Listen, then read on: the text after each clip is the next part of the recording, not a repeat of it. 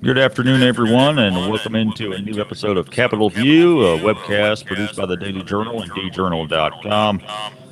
Coming to you each Monday during this current state legislative session. Joined by Bobby Harrison, Capitol Bureau Chief for the Journal. He's down there at the Capitol putting in a lot of work and following everything that's going on. And there's plenty going on as this session starts to wind down. Again, I'm your host, Brad Locke. Thanks for tuning in. A little bit late today. We're been experiencing some technical difficulties. And if you're watching, there may be an echo with my voice right now. We don't know what that's about, honestly. So hopefully it's not too annoying. But here we are, we're live, so I guess we'll just go with it. And I'll try to talk very little and let Bobby do most of the talking. So, Bobby, had a big deadline last night talking about tax cuts as they're trying to work out the state budget. So, what did they come up with last night? Well, Brad, before you start, you may want to let the people know that we are experiencing technical difficulties, and I'm holding a cell phone to talk to Yeah. you. So kind of unusual, but I'll do the best I can, and you'll do the best you can. And the technical difficulty is probably that I'm not doing something right on my computer, but we'll talk about that later on afterwards. Uh, but no, by midnight last night, right at the deadline, they did file conference reports, which is agreements between the House and Senate leadership on about a $415 million tax cut spread out over, I think, about 12 years. It'll be a reduction in the inventory tax. I mean, excuse me, the franchise tax, which is a tax businesses pay on their capital, cut in the first bracket on the first $5,000 of taxable income on your personal income tax, and a small tax cut for privately held small businesses. And they got to take that up by midnight today. So we may be here late again today. Looks like we will be. And while they're working on that, they're also trying to put the finishing touches on the budget, and they got to get that budget done by midnight tonight too. So there's just a lot of moving parts. The budget, they're pretty much having an agreement on the budget, but now they're just having to pass it on the floors in the House and Senate. And it's kind of a slow process. And as we talked about before, the budget's going to have a lot of substantial cuts to most agencies in it, between 2 and 12%. It's the agencies are because of the new way they're doing some accounting, whereas agencies no longer get to keep their the fees they may collect, or they don't have to pay rent to be housed in state office buildings. It's really difficult to say the extent of the cuts for most agencies, but overall it's going to be about a $225 million cut from how much was expended this time last year for when they were doing the budget that started in July 2015. So the budget that they're adopting today, which will start in July 2016, is going to be overall about $225 million less than what they passed last back in 2015. And they're doing those budget cuts while they're also reducing taxes. So some people question the wisdom of that, but that's what's going on in the legislature today. And also, some revenue collections have been sluggish the last few months, and you've had people like Hob Bryan from Amory question this, saying that the Republican leadership has an absolute obsession with cutting taxes. And and there's been some previous tax cuts that the Democrats would say, Bobby, are contributing to the current issue, right? Well, not only the Democrats, but just the state economist Darren Webb and folks at the Department of Revenue say that the tax cuts that were passed during the past 4 years have had a impact on revenue collections. I mean, it's important to note, Brad, that revenue collections are down or sluggish and down in Mississippi. That's not the case for other states in the Southeast, not the case for states in the United States or across the nation. We're kind of an outlier when it comes to that. So I mean, a lot of people are saying that the reason we're not collecting the taxes is because of the tax cuts in the past sessions, and now they want to add to that. Now the tax cuts are not supposed to. I misspoke. Everything was happening fast last night at midnight, but it appears now that the tax cuts are not going to begin until they're working on a 2017 budget Right. year that will start July 1st. The tax cuts will not. It appears they won't have an impact until the 2018 session. So that they would delay any impact, but still they're going to have an impact over a long period of time. $415 million is a pretty large chunk of the state budget. Yeah, it is, Bobby. And as you mentioned, there's another deadline tonight for the budget. So, they went down to the wire last night. Do you expect the same kind of thing tonight? Well, yeah, I do. There, I mean, like I said, they have. They were. It's important to understand that last night the agreement was made by 6 members, 3 House leaders and 3 Senate members. Now they got to pass those. On revenue bills, now they got to pass that tax cut before the full chambers, and they got to do that by midnight. And as well, they got to finish the budget up by midnight tonight, also. All right, let's talk about one part of this budget is education funding. That's been a hot topic, Bobby. The Mississippi Adequate Education Program has been underfunded by what is it, 1.7 billion over the last few years, and underfunded again. Although I guess, like you noted in your story today, the funding is they're not cutting funding this year, are they, on that?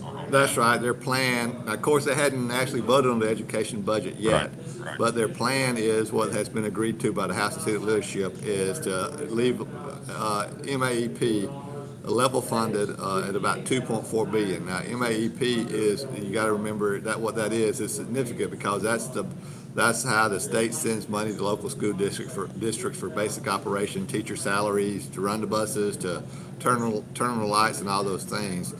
And even if it's level funded, that's going to be about $170 million short of full funding, but it won't be cut like a lot of other agencies will be, like most other agencies will be. Yeah, and apparently the process, you've written that there could be some changes, some revisions to MAF, maybe to the formula. Hasn't been the most transparent process as people would like. Well, I mean, no, they haven't had many open conference committees, which by the joint House and Senate rules, they're supposed to do that, but they hadn't been doing that.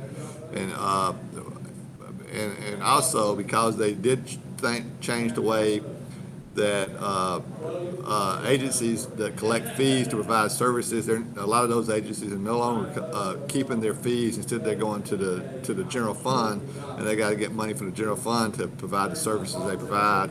And other agencies are not paying rent to be housed in state office buildings any longer. So it's, as I said earlier, it's a different type of accounting system than the old system. So it's hard to garner the exact extent of the cuts most agencies are suffering. So, I mean, I think it's fair to say that most legislators are voting on budget bills where they don't have a clear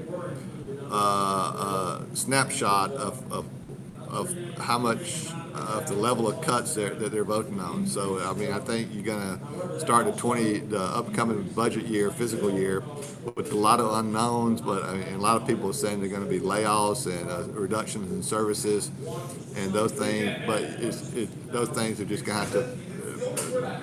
Those things will sort of shake out as the budget year goes on. And of course, there's also the possibility that the governor is going to have to make some more cuts in the current budget year as revenue collections continue to not meet expectations. Well, Bobby, we've just got a few days left in this session, scheduled to end the 24th, which is Sunday. So what are we kind of looking to happen beyond today into the final few days of the session? Well, today they'll be focused on those budget bills and revenue bills, the tax cuts, and also they also reached agreement at midnight last night on a rather large bond bill of almost $250 million. And the bonds finance long-term construction projects at the universities and the state office buildings. Plus, Brad, there's a lot of, as I've been going through that bond bill today, there's a lot of Northeast Mississippi projects in there, including money for a replica of the Vietnam War Memorial, replica of the War Memorial is in Washington, D.C. There's $750,000 for one at Veterans Park in Tupelo. Mm-hmm. There's money in there for to lights to put some lights to help with at the 49 I'm sorry, 45, 045, and E45 intersection up at Saltillo. There's lights that help with that. There's money for the bike trail that goes, walking trail that goes between New Albany and Houston. Yeah. I'm so, was it Tanglefoot Trail. Tanglefoot. Yeah, there's money in there apparently to upgrade that, and money for several other projects like that.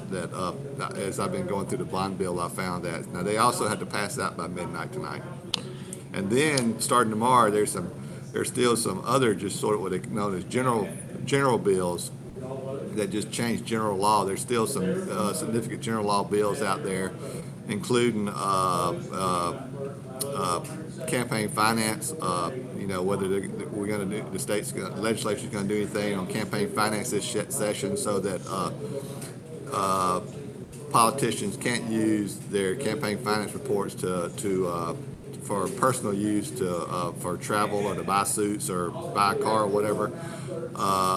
There's talk of trying to stop that from occurring. There's also, there's talk of making major changes to the MAEP, the adequate education formula. That's still out there that is going to have to be settled in the next couple of days. So there's still some big bills out there after they finish today's work on the budget and on taxes and bonds. All right, Bobby, now time for the segment where we look at three things going on in the legislature of note, most impactful legislation, most impactful lawmaker, and strangest occurrence. Start with most impactful legislation from the past week. Well, I'm going to say that it is, there's the budget bills or appropriation bills are, of course, impactful. But I'm going to say it's going to be the tax cuts that's going to that could have if you support the tax cuts, they say it's going to help spur economic growth in the coming years and actually produce more revenue for the state. Other people are concerned that it's just going to take revenue away from the state, forcing additional cuts to programs that's already underfunded. So I'm going to say that legislation is going to be impactful for years to come, assuming it passes today. And it may be close, it may be close because it takes a 3/5 vote to pass, so it could be close. But if it does pass, it's going to be impactful for a long time. The question is whether it be impactful in a negative or positive way for the state. Most impactful lawmaker. Well, I'll stick it with that theme. He's sort of a hybrid lawmaker, Lieutenant Governor Tate Reeves. He presides over the Senate, but he's also viewed as the Lieutenant Governor's position is viewed almost as a super legislator while also being an executive branch. So I'm going to put him in a legislative branch right now. He was the prime person pushing the tax cuts, and it's with the budget cuts going on, he never wavered, and he got an agreement on tax cuts yesterday. So now the next step is just to. But it's an important step, but to pass them on the House and Senate floor. So, but he's kept that alive throughout the process, the tax cuts. So, I say Republican Lieutenant Governor Tate Reeves in his second term as Lieutenant Governor is an impactful legislator for the week and obviously for the entire session. And finally, the strangest occurrence at the Capitol, Bobby. Well, Brad, I've seen it a bunch of times, but I was thinking about last night. You had these legislators behind closed doors, you didn't know what was going on, and then like a couple minutes before 12, you have just this flurry of activity, as you have grown men and women running up Capitol steps to get to the clerk's offices to file those conference reports before midnight, before the deadline, and it happens every session, but as it was going on last night, I won't say who it was, but somebody said, "Is this any way to run a train?" And it's might not be, but it's the way it's been going on a long time in the Mississippi Legislature, and it's always kind of it's a strange occurrence for people who've never seen it before, and it would be a strange occurrence. It also was thinking it was a strange occurrence myself last night, even though I've seen it many times. All right, Bobby, good stuff. Thanks for joining us. Again, this is Capitol View, a weekly webcast here at journal.com. If you missed any of it or just want to watch again, it's the replay. And you can get some more of Bobby on today's episode of the Memo podcast. That'll be up before too long this afternoon. You can listen to that on iTunes, your podcast app, or at memo.djournal.com. We'll be back next week to wrap up the session. Again, it ends Sunday. So until then, Bobby, thank you. Thank you. See y'all next week.